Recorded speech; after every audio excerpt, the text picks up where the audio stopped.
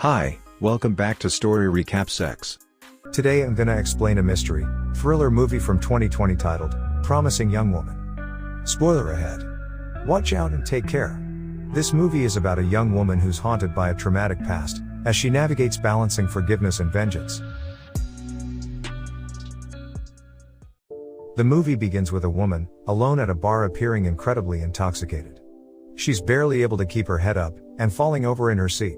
She is then noticed by three average guys, and one of them, named Jerry, who claims himself to be a good guy, decides to approach her and offer to pick her home. While on their way home, Jerry suggests that they can go to his apartment first. It turns out that Jerry is not a very good guy. Despite her being barely conscious, he still offers her an alcoholic drink and starts to kiss her. He even moves her to his bed and begins to do inappropriate things, only to realize that the woman is not drunk and has been faking it for the whole time, leaving Jerry in shock. The woman is Cassie, a medical student dropout on the brink of 30. Who has no professional ambitions, has no boyfriend, and still lives with her parents' house. She currently works at a coffee shop to fill his daily boring days. Cassie, whose best friend, Nina, was raped when the two were in medical school. Though Nina reported the rape and though there was video evidence, no one at the school took her claims seriously and punished the perpetrators. That is the reason both Nina and Cassie left school, and it's heavily implied that Nina later died by suicide. One day at the coffee shop, Cassie meets Ryan, who appears to be her former classmate at the medical university. He is confused with the fact that she works as a barista, but soon he asks Cassie to go on a date with him, but rejected.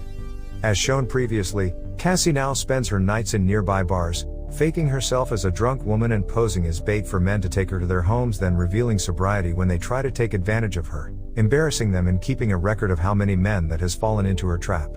On Cassie's 30th birthday, her parents give her a present and her mother starts to scold him, saying that it is very strange for a mature woman to still live in her parents' house, without having a boyfriend and a friend.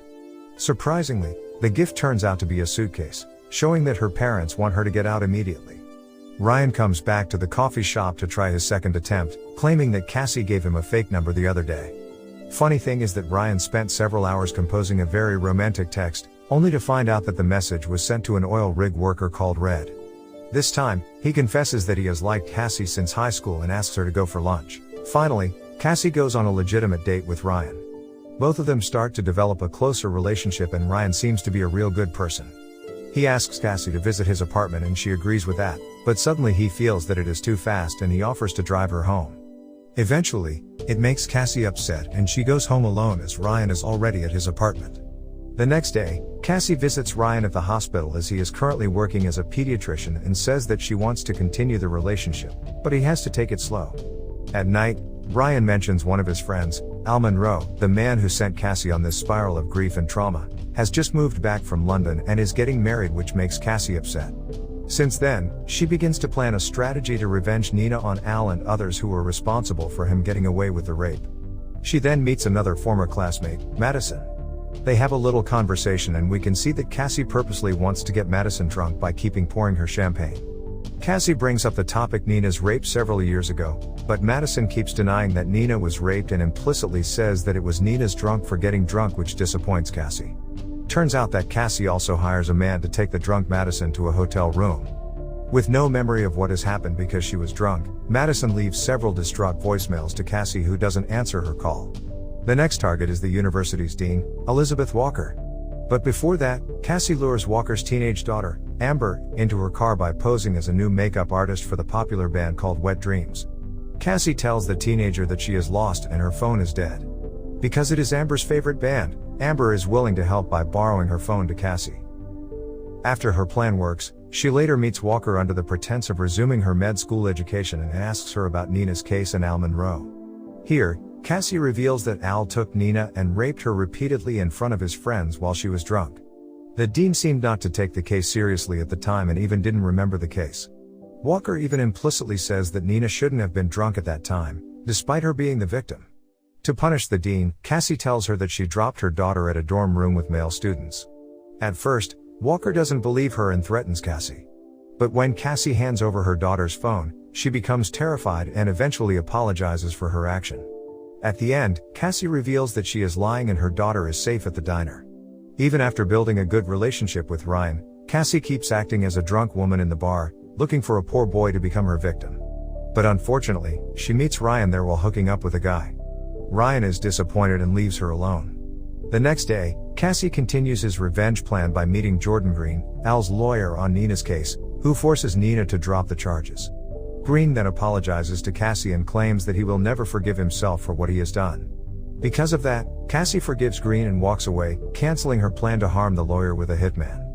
After that, Cassie visits Nina's mother, flashbacking their good memories with Nina. Nina's mom urges Cassie to forget it and move on, because it brings no good to everyone, especially Nina. After that, Cassie spots a post containing information about Al Monroe's bachelor party. But she decides to abandon her revenge plans. She also visits Ryan and apologizes to him, begging to start their relationship from the beginning. At first, Ryan still cannot accept the reality, but later he approaches Cassie at the coffee shop and they finally kiss for the first time and fall in love with each other.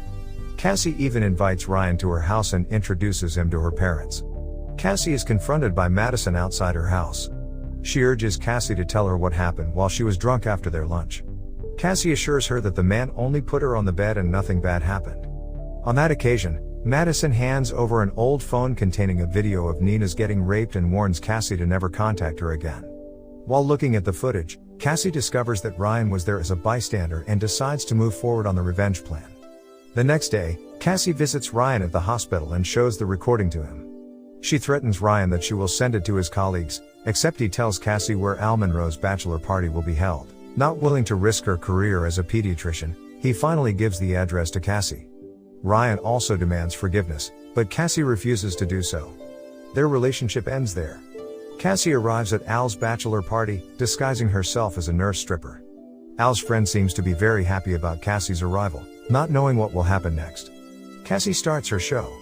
She orders all the boys to kneel down and start feeding them with a huge amount of drink. She takes Al upstairs and handcuffs him to the bed. When asked about her name, she answers that she is Nina Fisher, which surprised Al because the real Nina is dead and suddenly begs her to let him go. He screams for help, but Cassie has drugged his friends with the drink before. Al insists that he didn't do anything at that time and says that Nina was also into it. Cassie starts carving Nina's name onto Al's skin, but Al suddenly manages to break free. He tries to stop her but Cassie keeps fighting back. Because of that, he grabs a pillow and smothers Cassie with it for a very long time, causing her to die because of suffocating. In the morning, a friend, Joe, approaches him in the room and is shocked after knowing the fact that Al has killed the stripper. Both of them then manage to get rid of Cassie's body to cover up their crime. After disappearing for several days, Cassie's parents file a missing person report to the police and Detective Waller begins to investigate the case by interviewing Ryan. He actually knows where Cassie went, but he refuses to tell the detective. Later, at Al's wedding, the final act of Cassie's plan unfolds as Ryan receives several pre-scheduled texts from Cassie, telling him that things aren't finished. Cassie's manager also receives a half-heart-shaped necklace with Cassie's name written on it. Also, the cops suddenly show up there, manage to find the matching half with Nina's name and Cassie's burnt remains, and arrest Al for the crime he has committed. Lastly, it turns out that Cassie had sent the location of the bachelor party and the proof of the rape to the remorseful lawyer, telling him to contact the police if she disappeared. Subscribe to watch more videos like this, turn on notifications and leave a like, it really helps the channel out. Thank you for watching.